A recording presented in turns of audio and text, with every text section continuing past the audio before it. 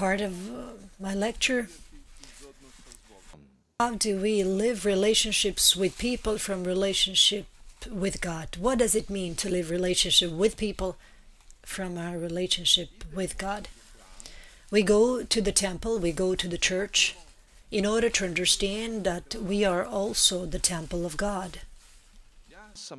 I am the temple of the Holy Spirit. And my wife is temple of the Holy Spirit. And my husband is the temple of the Holy Spirit. That spirit, the husband thinks in this way. I'm the temple of God where my wife will experience God's unconditional love. Where she will experience God's goodness. Where I give myself to her. The wife also thinks, I am the temple of God for my husband. A place where my husband will experience God's unconditional love. Where he will experience God's goodness. Where I give myself to him. This is a sacrament. A visible sign. Here, through me, God's unconditional love and goodness is shown. It's the dignity of persons and of life. That is why in the temple, the word thank you should come first and not benefit. We do not enter into marriage to make use of another person, but to give myself. Mother Teresa answered David's question when he asked her why she was happy. I'm happy because I give. When I give away, when I give self, and when I give, it comes back to me. That's what happened when Mary anointed Jesus with mint of pure nard, and the whole house was filled with the fragrance of the perfume. That was the fruit of giving. Marriage is a place where everything is free. Your wife does not need to deserve love. Your husband does not need to deserve love. The husband thinks in this way. My wife doesn't have to do anything for me to love her. I love her because she exists. Vice versa. There is no scale to measure how much someone has done for today. The husband thinks, my wife is a free gift for me. And the wife thinks in this way, my husband is a free gift to me. Both husband and wife gain experience. What I truly am, I cannot be anywhere else but in marriage and in family. I do not have to act. I don't have to pretend. I can be what I am.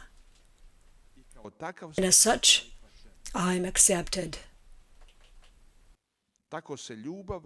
This way, love is freed from conditioning. Of course, we're human. We're human and we're weak. The husband should think of his wife.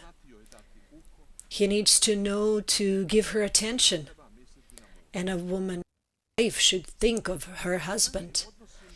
In our relationships, there is trade. There are conditions. If you love me, I will love you too. I have to be right, and you have to be wrong. There is a scale in the store, but there must be no scale in a marriage. I did this and that for you, and now you need to do the same for me.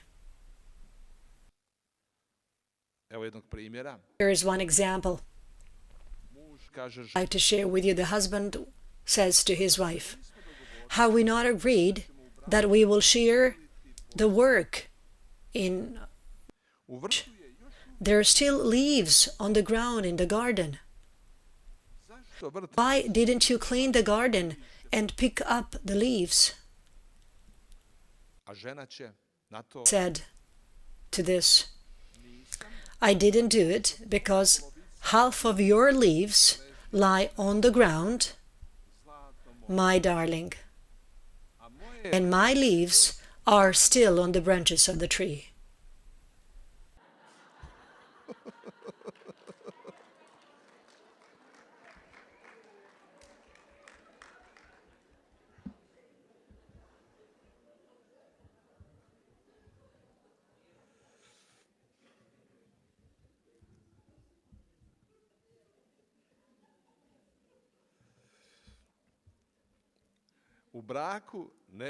In marriage, there must be no scales, but a heart that loves and a heart that's free. A heart that's not free and does not give freedom to another creates an unhealthy climate in family. A child should not deserve love.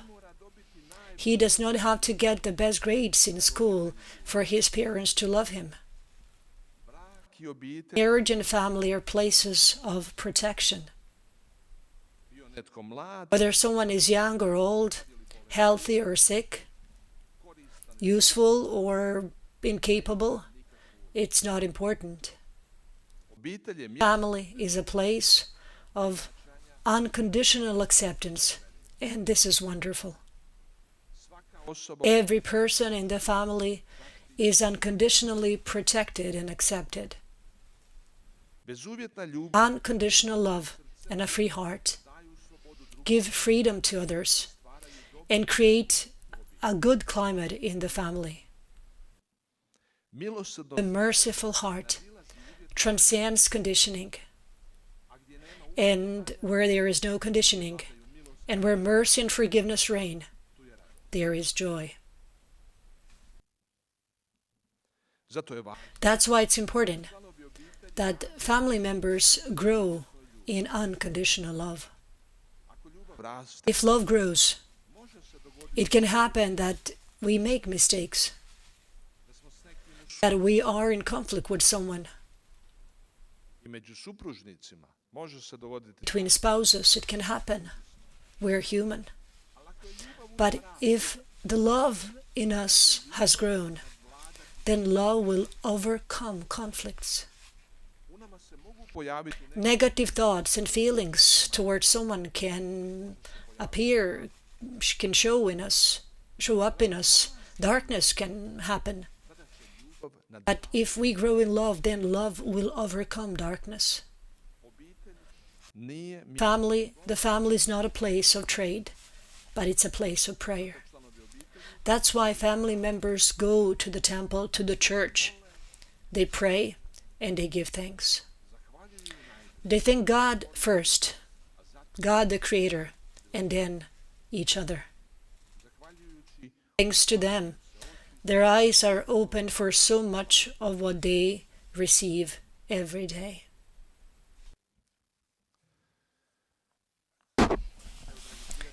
My dear friends,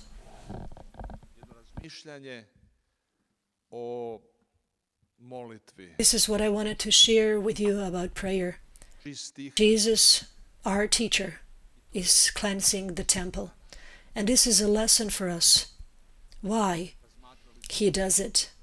We were reflecting upon this. We were reflecting upon prayer. Meaning of prayer.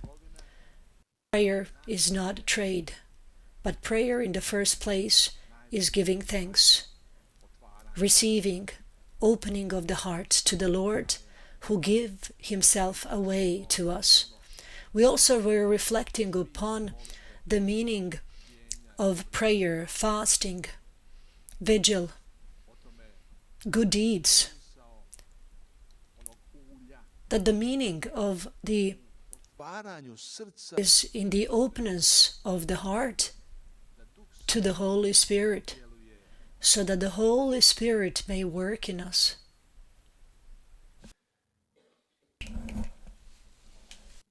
We were also reflecting upon this. We do it for Christ. This is very important and very interesting. Now, here I'm speaking to you.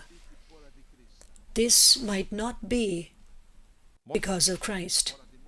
It might be because of my ego, for me just to show myself off. This can happen.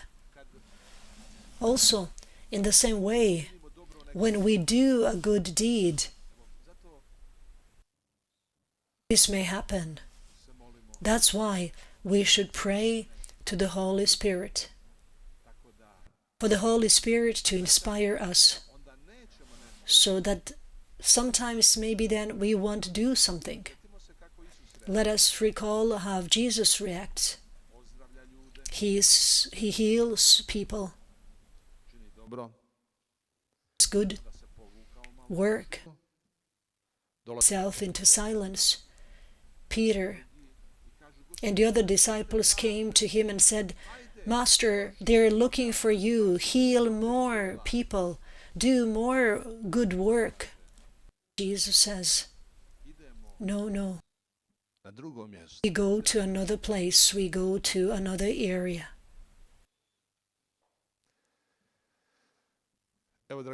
So, my dear friends, this is what I wanted to share with you.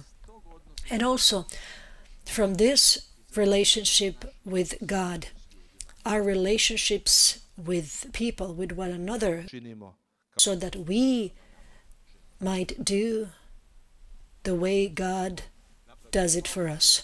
Now we're going to have a break till 11 o'clock. 11 o'clock, we'll restart again.